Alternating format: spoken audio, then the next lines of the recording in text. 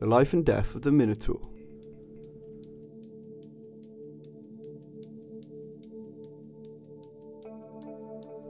One day, the god Zeus spotted a woman by the name of Europa tending to her cattle.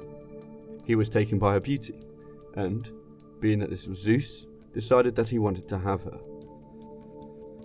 To get close to her, he turned himself into a bull and hid among her cattle. When Europa saw the new bull, she was intrigued. She approached it, began to pet it, and eventually decided to climb atop of it to ride it. And at that moment, Zeus sprung his trap. He began to run at great speed with her on his back, and eventually he ran so far as to take her to a nearby island of Crete. In Crete, he then ravished her, producing 3 offspring with her. Eventually, he grew tired of her and abandoned her to raise the children on her own. After some time, Europa met a man by the name of Asterion. Asterion was the local king, and the two quickly fell in love and ended up marrying. And despite trying, they weren't able to have any children. But Asterion happily adopted Europa's children as part of his own family. Some years later, Asterion then passed away, and due to the lack of any direct offspring, his kingdom fell into the hands of his 3 children. However, one of them, Minos, decided he wanted the kingdom to himself and declared himself the sole ruler of the kingdom of Crete. His brothers argued, and the people of Crete were not convinced, so to prove what he considered to be his divine right to rule, Minos set about building a huge structure in dedication to the god Poseidon. He then prepared a huge sacrifice and prayed to Poseidon, asking him for a sign. His prayers were quickly answered, as a bull emerged from the oceans and swam ashore. This was to be used in the sacrifice that Minos had prepared. However, when Minos laid eyes on the big, beautiful white bull, he had other plans and decided that he wanted the bull for himself. So, instead of sacrificing the bull given to him by Poseidon, he instead sacrificed one of his own and adopted Poseidon's bull as part of his herd. He hoped that Poseidon just would not care or perhaps not even notice what he had done. The people of Crete were then convinced that Minos was in fact the true ruler, since Poseidon himself had sent them a sign. Minos' brothers still protested, and in turn he exiled them from the realm and they were forced to flee Crete. Minos and his wife, Pasiphae, thus became the rulers of Crete. However, Minos' story does not end there. Poseidon quickly became aware of what had happened, and if there is the one thing that the gods do not like, it is when mortals try to fool them. Poseidon, in a fit of rage and seeking vengeance, turned the bull back into a savage beast. He decided that was not enough, and figured that since Minos thought the bull to be too beautiful to kill, he would have Minos' wife, Pasiphae, cursed to fall in love with the beast.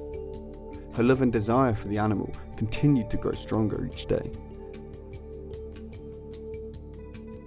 Pasiphae went to the master builder of Crete, a man by the name of Daedalus, and sought his assistance.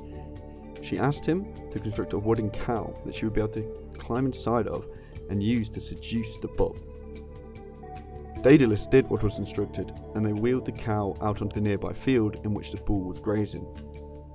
Pasiphae climbed inside, and quickly enough the bull took notice. It came over, mounted the wooden contraption, and began to have sex with it. Pasiphae had finally had what she desired. However, she would quickly realise she had fallen pregnant by the bull, and 9 months later, the baby was born. This was no normal baby. It was born with the head from a bull, but the torso from a man. It was given the name Asterion, like Minos' father. It quickly became known by its more famous moniker, Minotaur, quite literally the bull of Minos.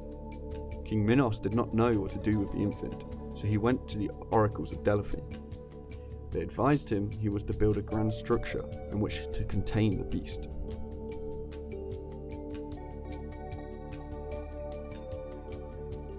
So once again, the skills of Daedalus were called in for assistance, and he set about building a grand maze, now known as the Labyrinth. The Labyrinth was so complex that even as Daedalus himself finished the construction, he found it difficult to get out, but fortunately was able to. The infant was then placed inside of these walls where it was to be left to live out its life.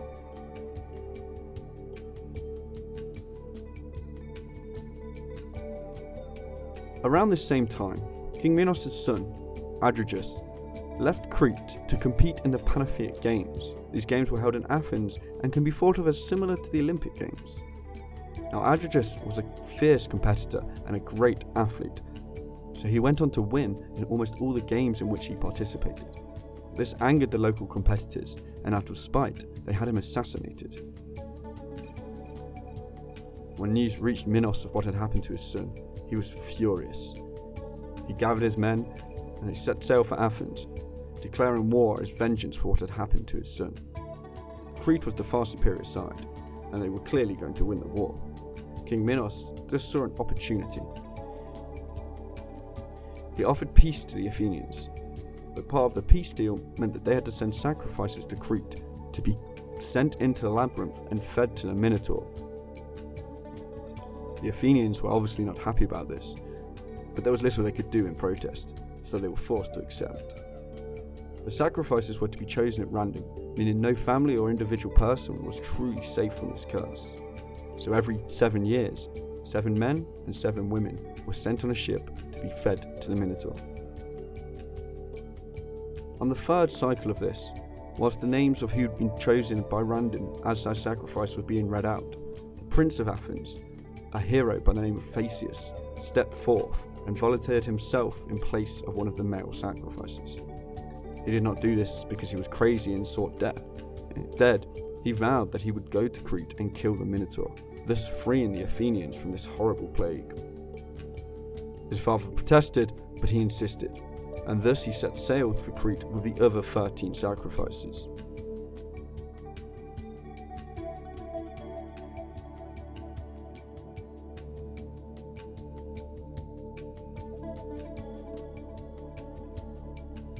Upon arrival, as was part of the ceremony, a crowd gathered to watch the sacrifices disembark, where they would be held overnight before entering the labyrinth. In this crowd was one of the daughters of Minos, a woman by the name of Ariadne. When she spotted Theseus coming off the ship, she instantly fell in love at first sight, and that night, she went to see him in secret. She said to him that she would help him kill her half-brother, the Minotaur, if he would take her as his wife. Theseus of course agreed, needing all the help he could get. Ariadne promised she would be there the next morning with help. Ariadne then left and headed to the master builder, Daedalus, and asked him for advice. Daedalus offered her a bundle of strong and abundant linen and taught her how it was to be used to escape the labyrinth. So the next morning, as Theseus prepared to enter, Ariadne was waiting for him and offered him the linen. She had him tie one end round his waist and the other end around the entrance to the labyrinth. Theseus then stepped forth into the labyrinth, wielding nothing but the sword that he'd sneaked into Crete and the linen that was wrapped to his waist. After a short while, he came across the Minotaur, and the two engaged in combat. Theseus was able to finally finish off the Minotaur by slicing him through the neck with his sword. He then used the linen that was tied to him to find his way back out of the labyrinth. As he emerged into the sunlight, Ariadne was waiting for him. The two then promptly headed towards the docks to reboard their boat and leave this island. But first, they stopped off to free the other Athenians that were supposed to be sacrifices, as well as also taking with them Ariadne's sister, a woman by the name of Phaedra. This group then boarded the boat and set sail for Athens, having finally ended the curse of the Minotaur. Hey guys, we wanted to quickly say there's more to the story that we haven't looked at, and this is just our version of it retold. So if you have any questions or comments, let us know. We're also planning on bringing out more videos covering other stories within Greek mythology very soon. So if that interests you, go ahead and subscribe. Thanks for watching.